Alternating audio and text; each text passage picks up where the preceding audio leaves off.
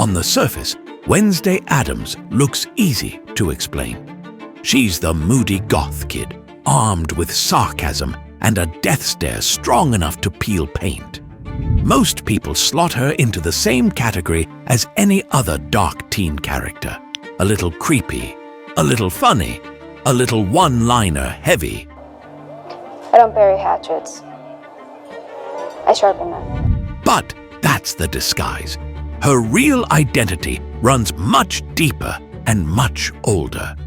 Wednesday belongs to one of the oldest archetypes in storytelling, one that shows up everywhere from Norse myths to African folktales to Shakespeare's plays. That's why she still works.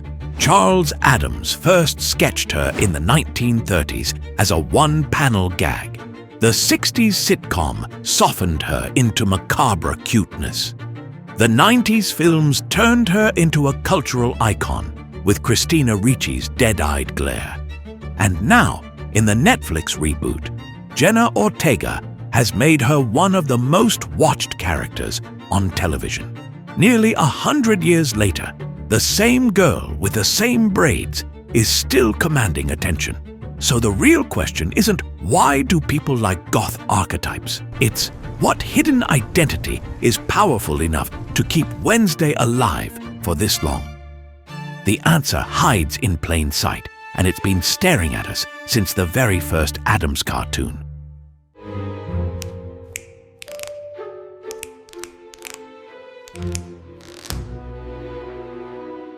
Stories keep certain characters alive because they're useful. They fill a need we didn't know we had. And Wednesday's secret identity is one of those roles, one that survived across myths, folktales, and stages for thousands of years. The Trickster. And I can prove Wednesday belongs to it. Everyone thinks the Trickster is mischievous chaos. He isn't. She isn't. The Trickster is a job description. They break the rules to expose the truth. The system is broken, so they expose it. They don't give speeches. They set traps and let hypocrisy fall in by itself. Across myth, the face keeps changing, but the habits don't. Take Loki in Norse myth. He's not the devil. He's older, slipperier, a shapeshifter, boundary breaker, and prankster who topples the god's certainties and then pays a price for it. He's the friend who saves you one moment and sets the fire the next. That volatility is the point. The system doesn't get to stay smug for long. Or Hermes in Greece. Officially the messenger of the gods, but also a thief, a trickster, a patron of crossroads. He invents mischief before lunch and diplomacy after. Hermes rules thresholds, doors, borders, in between places where rules blur. That's exactly where tricksters live. Or Anansi, the spider from West African and Akan stories, works differently. Small body, huge agenda. He outsmarts kings and monsters with nothing but his words, snaring them in clever reversals until their own arrogance does them in. Anansi's power is proof that intelligence, mischief, and story can beat brute force. Then there's Coyote, across many Native American traditions. Part teacher, part fool, he creates, breaks, and repeats the cycle, laughing at the wreckage. Coyote's lessons aren't clean. They're messy, contradictory. But that's the education. Learning by watching chaos unfold. In English folklore, Puck, Robin Goodfellow, runs the forest like a stage manager with a wicked sense of humor. In Midsummer Night's Dream, he anoints the wrong lover's eyes with a love potion, which sends everyone into romantic chaos. Folklore Puck would blow out candles, lead travelers astray in the dark, spill milk or make chores go wrong. He delights in watching humans and even fairies flounder in confusion, showing how fragile order really is. And then Pan, the wild god of the woods, due to his playful, mischievous nature, Pan often shows up as the troublemaker of the wilds.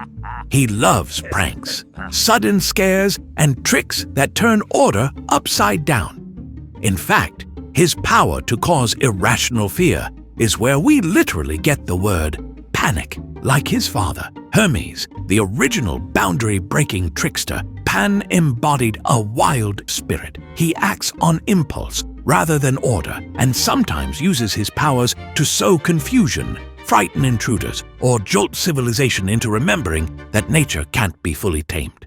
Fast forward to the modern-day version, Beetlejuice, Tim Burton's suburban demon in stripes. He doesn't just break the fourth wall, he kicks it open, leering straight at the audience like the rules of storytelling were never meant for him anyway. He's obscene, juvenile, and impossible to manage.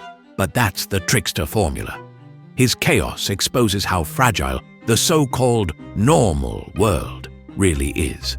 The Maitlands and the Dietzes are clinging to their definitions of home, family, property, and Beetlejuice tears through all of it with jokes, scams, and a grin. Like Loki at the feast or Puck in the forest, Beetlejuice reminds us the system only looks stable until someone decides to laugh at it. Different cultures, different masks, same fingerprints, shape-shifting, rule-breaking, laughter with a knife hidden in it. Tricksters cross borders, between classes, between worlds, between rules. That's why the trickster wears so many costumes in pop culture and still feels ancient. And Wednesday, she's the deadpan version, the one who doesn't raise her voice, just raises the floor under your feet until the lie slides off the table. Tricksters aren't evil or heroic by default. When power gets smug, they throw a banana peel. When everyone's lying politely, they pull the fire alarm and pretend it was a magic trick. So when Wednesday stares down a rule and doesn't blink, that isn't quirky goth trait. That's the oldest mask in storytelling, the boundary crosser who makes meaning by breaking the rules. Wednesday's entire persona is built from that mold. Sharp wit, cruelty as comedy, pranks that humiliate authority figures instead of just annoying them. When she releases piranhas into the school pool to avenge her brother, that's not random violence. It's a folkloric prank in modern form. Spectacle plus justice. Loki would nod in approval. That balance, cruel and clarifying, is the trickster's calling card. Wednesday's moves work the same way. She doesn't destroy order for fun alone. She targets hypocrisy, teachers, bullies, all fair game. Tricksters humiliate the powerful to show the power was fragile all along. Just look at the Raven dance. Everyone else obeys the script, and Wednesday turns it inside out, transforming the school's polished pageant into a chaotic, unforgettable ritual. These moments don't restore order. They dissolve it. She is the disruption, and that disruption is the point. If you're enjoying this, the best way to keep the manor alive is to like, subscribe, and share the link to a fellow seeker of the strange. Folklore scholars have a phrase for this: ritual inversions. Tricksters don't solve problems like heroes. They show that the problem itself is absurd. They're anti-restorers. That's why Wednesday doesn't neatly wrap things up. She exposes the rot underneath and then leaves it exposed, smiling. Heroes patch cracks. Tricksters kick the wall down so you can see the mold. The psychology of humor backs this up. Researchers call it the benign violation. We laugh when a norm gets broken, but in a way that feels safe enough not to panic. Wednesday's cruelty lands as comedy because she picks the right targets, the smug, the hypocritical, the villainous, and delivers it with deadpan precision. Maybe have some fun? And where fun goes to die. He's got the brains of a dung beetle and the ambition of a French bureaucrat. The violation stings, but the audience feels safe laughing because the victim deserved it. That's why Wednesday's pranks play like truth-telling instead of bullying. We see it as justice. Do I indulge in my favorite passions, torment and humiliation? And unlike the classic hero who restores balance, Wednesday thrives in disorder. She doesn't aim to reset the world. She thrives in the mess she's made. She's not here to fix the system. She's here to mock it until it buckles. And in that disruption, audiences find the catharsis of seeing hypocrisy exposed without a lecture. Wednesday is not a hero in disguise. She's a trickster in plain black clothes. The Netflix arc is an investigation, not a tantrum. She digs into the town's sainted founder, Joseph Crackstone, the pilgrim myth, and the polite cover-ups that keep the story safe. Every time authority says, "Don't look," she looks harder, and she's usually right. She crosses lines to force the truth into daylight, restraining a suspect to push a confession, staging break-ins for answers, baiting monsters to reveal themselves. It's not nice, and the show doesn't pretend it is. For all the damage, she fixes what institutions won't. She identifies the real threat, saves Nevermore, and protects the people who matter. The joke lands, but the stakes land harder. So is she a hero or a villain? Yes, she can be cruel, controlling, relentless. She can also be loyal. I mean, it is a little creepy, but the curls are super soft. It's made from real human hair. Brave, and right. Tricksters aren't designed to be good. They're designed to be useful, especially when the official narrative is lying. That's why her appeal isn't just gothic vibes. She's a chaotic liberator, the kind who breaks rules so the truth can walk out. In Wednesday, she gets expelled for unleashing piranhas on bullies, then lands at Nevermore and keeps pushing boundaries. Sneaks into restricted spaces like the morgue and archives, defies curfew, and treats every rule like a suggestion. It isn't random chaos. She's stress-testing authority to see where it lies. The jokes aren't cute. They're cross-examination. But joke is for people who hate themselves and know their lives have no real purpose or meaning. Her one-liners strip the polish off polite lies. She uses humor like evidence, short, sharp, admissible. She tried to kill me, remember? Yes, but she failed. Which proves she's only an amateur. Ouch. Medieval jesters had license to say the thing nobody else could say in front of power. And his first decree was to tax gravity, claiming it kept the kingdom down. Wednesday does the same, just with more sting. I promise to be better than my predecessor. That's an exceptionally low bar. She needles principals, sheriffs, therapists, and local myth-making exactly where institutions are most fragile. Their image. And notice what Season 2 slips into the frame. A jester. Not a random extra, but the archetype itself, standing right behind Morticia.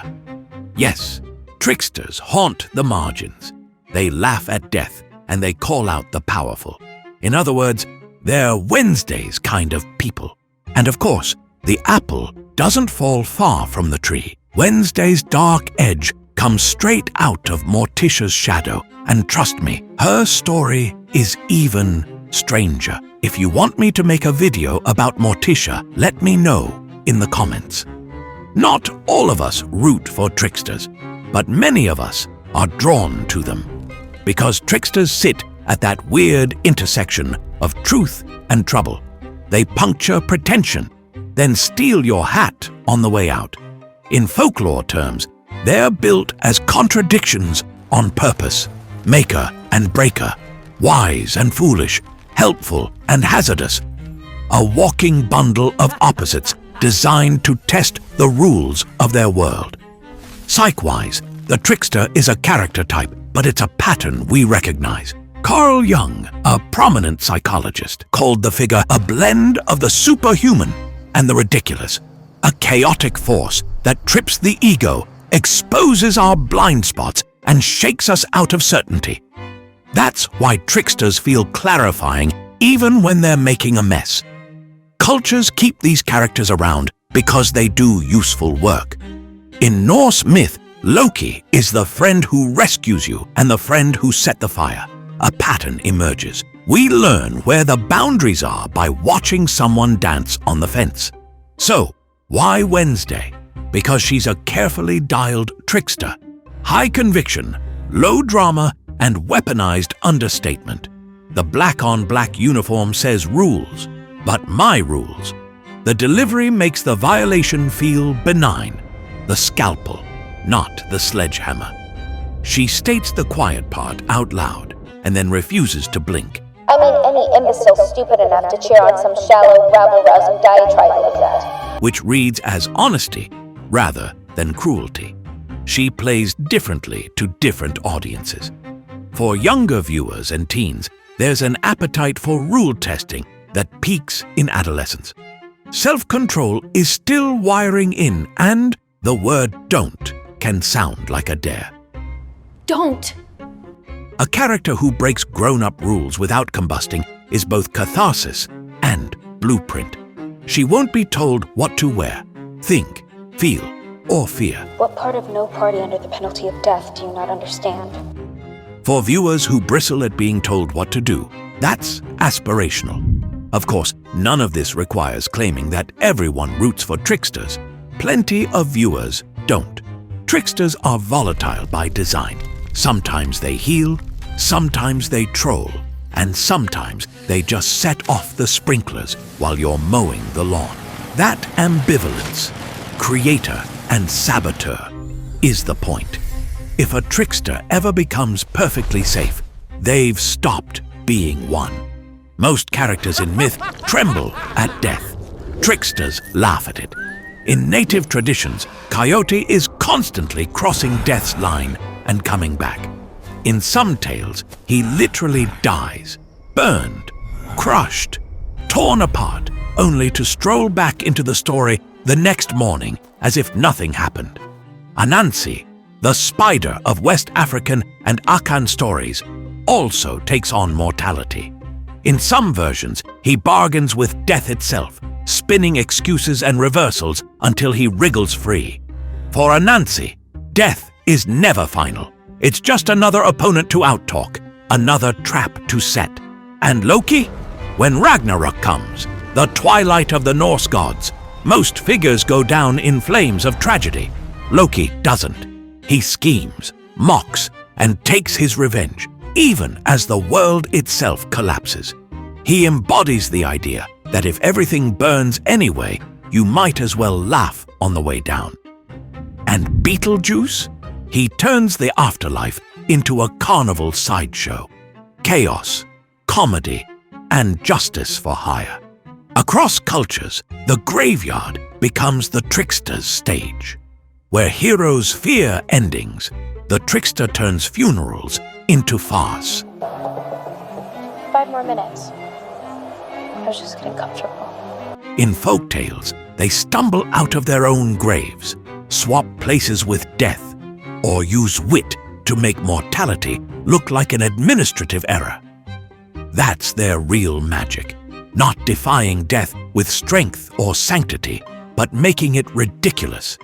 And that's where Wednesday fits the lineage. She doesn't flinch at graveyards. She picnics in them. She doesn't romanticize mortality. She weaponizes it in jokes, threats, and pranks. I'm late for a funeral. And if you're here when I get back, I'll be early for another. Where other characters fear the end, Wednesday treats it like set dressing. How does it feel? Like returning to the scene of the crime. I already know where the bodies are buried. In a world where teens dread growing up, adults dread aging, and everyone dreads endings, she channels the trickster's oldest power, to laugh in the cemetery and walk out smiling. Reminds me of when you got your first grave-digging kid. You were so happy you nearly smiled. That's what sets tricksters apart. Heroes confront death with swords, saints with prayer. Tricksters confronted with a smirk, and Wednesday carries that smirk into the 21st century. So the next time Wednesday roasts someone with a one-liner, Wednesday, I come in peace. That's a shame. I brought my pocket mace. remember, it's not just snark. It's the trickster mask at work, the same one worn for centuries.